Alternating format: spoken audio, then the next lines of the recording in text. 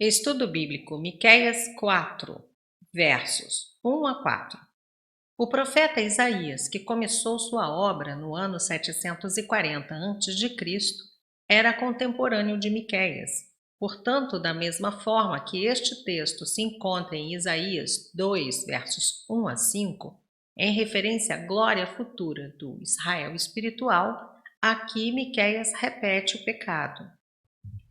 Ele faz menção ao futuro reino do Messias e ao chamamento dos gentios para serem seu povo, pois o templo do Senhor estaria sobre os montes, e para lá os povos iriam para aprender a sua lei. Verso 2.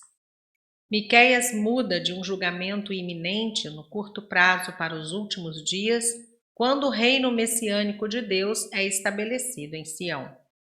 No templo do Senhor, os povos seriam ensinados a jogar fora as armas de guerra e a aprender a paz.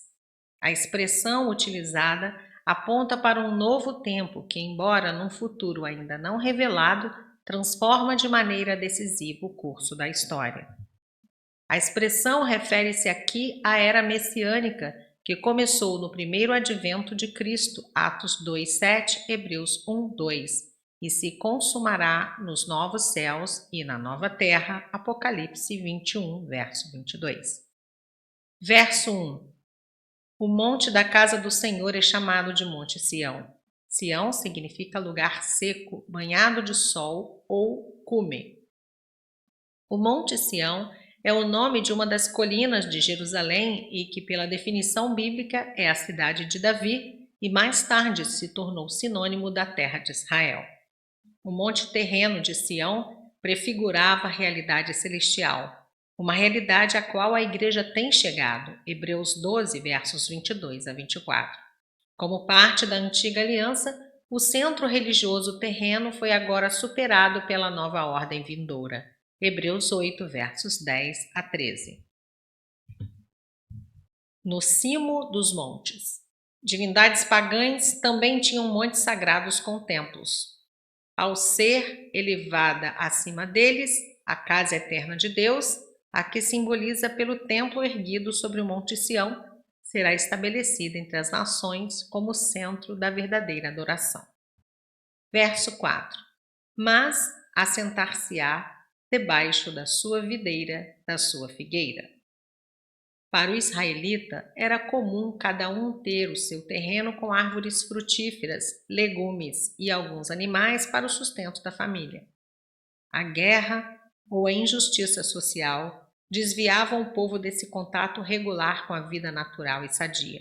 Nesse versículo, o profeta retrata a bênção, a prosperidade e o favor divino sobre seu povo, um tempo de paz. Versos 5 a 8.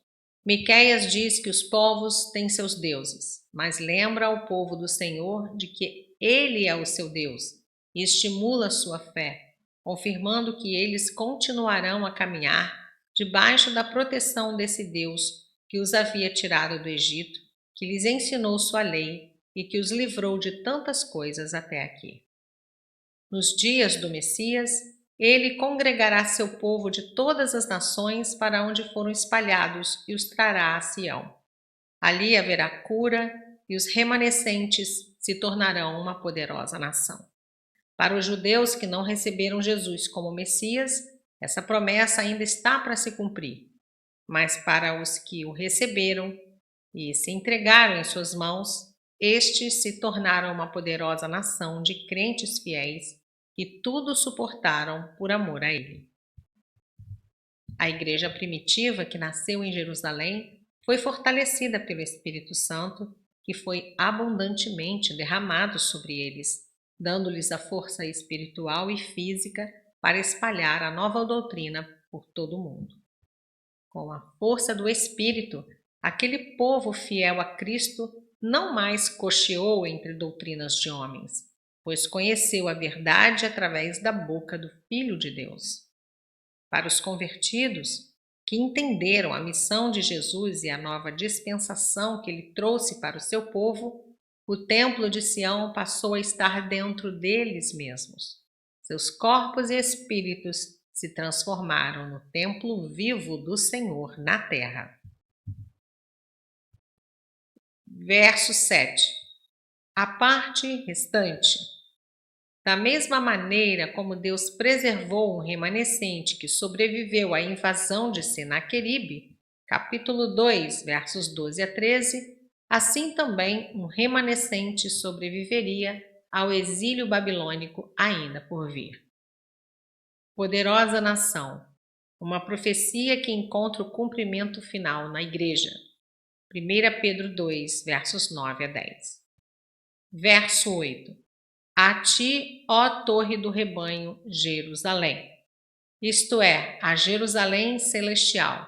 Hebreus 12, 22. Isso confirma que a realeza que Jerusalém conheceu no passado através de Davi estava sendo restaurada na pessoa de um descendente da casa de Davi, Jesus. A ele pertencia agora o domínio da cidade santa, da terra santa e de todos quantos quisessem servi-lo. Ele seria o seu rei. Versos 9 e 10. O profeta já está se referindo às dores de Jerusalém debaixo da ameaça da invasão babilônica e diz que seu povo será levado ao cativeiro naquela terra estranha, mas é necessário que assim seja para que sejam libertos da idolatria e dos demais pecados que tanto provocaram a Deus. Depois do período de purificação, o Senhor atentará para eles novamente e os resgatará das mãos de seus inimigos. Surpreendente predição sobre um futuro ainda distante. Mesmo que a nação ameaçadora nessa altura era a Síria, Deus revelou que o cativeiro seria efetuado pela Babilônia, que ocorreu cerca de 140 anos depois. Verso 10. Como dá que está para dar à luz? A dor do julgamento, exílio, perda do rei e do território, deve preceder o nascimento da era messiânica que virá em seguida. Versos 11 a 13. Miqueias continua sua profecia, revelando o pensamento dos ímpios sobre Jerusalém. Seu desejo era realmente de profanação da cidade santa, e eles se deleitavam com o fato de verem isso pessoalmente com seus próprios olhos. Já estavam pensando na repartição do despojo. Entretanto, os pensamentos de Deus e seus caminhos são mais altos do que os pensamentos e caminhos dos homens. Isaías 55, versos 8 e 9.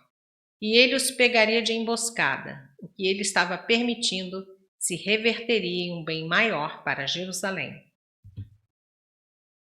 Como se fosse um fato que já estivesse ocorrendo, o profeta fala do futuro e diz à cidade para reagir, para se levantar e mostrar o seu poder, chifre, e sua força de governo, ferro, e mostrar sua capacidade de conquista novamente, unhas, com um instrumento de juízo nas mãos de Deus, bronze, como aconteceu nos dias de Josué, quando o povo entrou na terra prometida e desapossou os povos idólatras e ímpios que ali estavam, porque o Senhor estava com eles. Essa profecia começa nos tempos pós-exílio, quando Jerusalém e o templo foram reconstruídos com o auxílio dos persas, em especial Ciro. Esdras 1, versos 6 a 11 e 5, versos 13 a 15. E Dario I, Esdras 6, verso 4. E se estende aos tempos do Evangelho, quando a força de Jerusalém seria maior do que a força da carne. Seria a força espiritual de Deus na doutrina pregada por Jesus, através do Espírito Santo, fazendo com que seus apóstolos levassem o Evangelho a terras distantes e que ajudariam a igreja recém-nascida na sua missão de evangelização. Verso 13. O seu ganho será dedicado ao Senhor. Os povos idólatras que usavam seu dinheiro para enriquecer os templos dos ídolos se converteriam ao verdadeiro Deus e lhe dariam o seu ganho e seus bens, ou seja, ofertariam para o reino de Deus, personificado na Igreja Cristã do Senhor na terra.